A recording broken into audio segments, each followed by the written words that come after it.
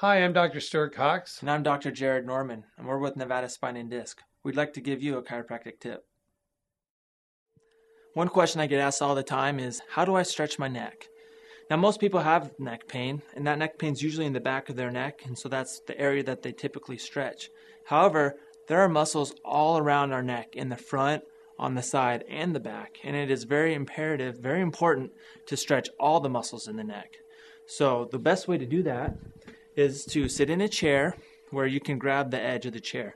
So you can grab the edge of the chair and you're going to lean to the opposite side. Okay, the hand that's holding the chair is just holding your shoulder down. So you're just going to lean to the opposite side and tilt your head.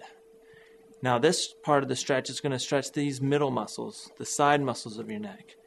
And while you're in this position, just go ahead and look down. Okay, now you're going to start feeling it in the back of your neck, which is probably where your pain is. Now you're going to hold that, and then after you do that, you're going to look up, still leaning to the side, tilting your head to the side, and looking up.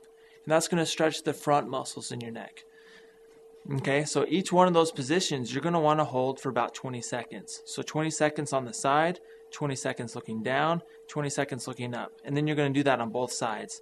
And this will help you stretch your neck muscles very well.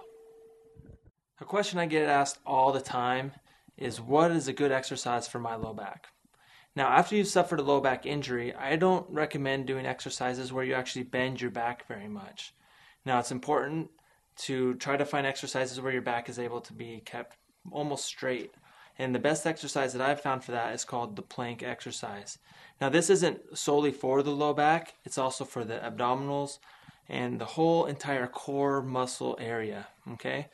So I'm just going to go ahead and show you how to do this exercise. You're going to come down, you're going to be on your elbows and your toes. So you're going to get your elbows in line with your shoulders. Start on your knees like this to make it easy to come up. And then you're just going to lift up your hips and hold it on your toes. Now, when you're in this position, you want to keep your head nice and straight, looking right down towards your hands. Don't look up and don't look down, because that'll cause a lot of stress on your neck. Okay? Another part of this of the exercise is you don't want to lift up your butt like this, and you don't want to dip like this, because that'll hurt your low back. So once again, you start up on your knees like this, and you come up on your toes, keep your body straight and your head straight ahead. All right? And that's how you do the plank exercise and strengthen your core muscles to really just stabilize your low back and keep you from having this injury come back again in the future. With this exercise, you want to be able to hold it as long as you can. Work up to where you're able to hold it for at least a minute, and that's when you know that your core muscles are much stronger. If you're currently looking for a chiropractor, there are three main things that you should look for. One is experience. You don't want somebody that just graduated out of chiropractic school to be working on your body. It takes a couple of years to really get the hang of things and to know exactly what to do with the patients.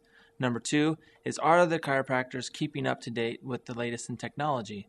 There are so many ways to treat the human body, and some of those ways are through physical therapy. You really want a chiropractor who's using the physical therapy modalities in their office. Electronic muscle stimulation, ultrasound, they could be doing laser, a massage therapy. These are the types of treatments you want your chiropractor to be utilizing in their office. And number three is, do they take x-rays in their office?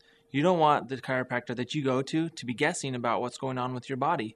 You want them to take the x-ray and be able to find out exactly what's going on. What are the underlying conditions inside your body that are causing your problem? If you've liked what you've heard and you'd like to know more, visit us at stopthebackpainnow.com.